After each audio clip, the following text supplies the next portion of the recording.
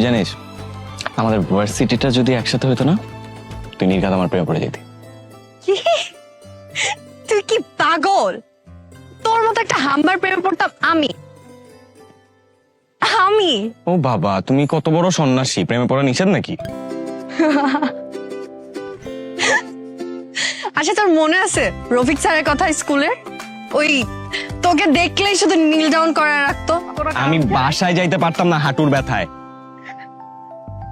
মনে আছে একবার ফাহিমার বইয়ের ভিতরে তোর চিঠি পাইছিল, ইচ্ছা মতো মারছিল তোরে। ওই চিঠিটা কিন্তু আমি দেই নাই, তুই জানিস। ওই চিঠিটা আমাকে সুজন এসে বলতে লিখে দিতে, তা আমি তো চিঠিটা লিখছি।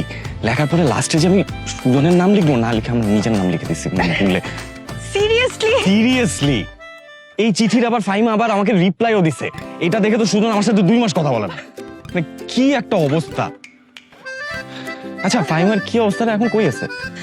আমি জানি না, কয়েক মাস আগে কথা হয়েছিল একবার। ছোটবেলায় ভালো ছিলাম রে, যত বড় হইতেছি সব ওই ছোট ছোট ভালো লাগাগুলো না শেষ হয়ে যাচ্ছে। আহারে, ছোটবেলার প্রেমের কথা মনে করায় মনটা খারাপ করাই দিল।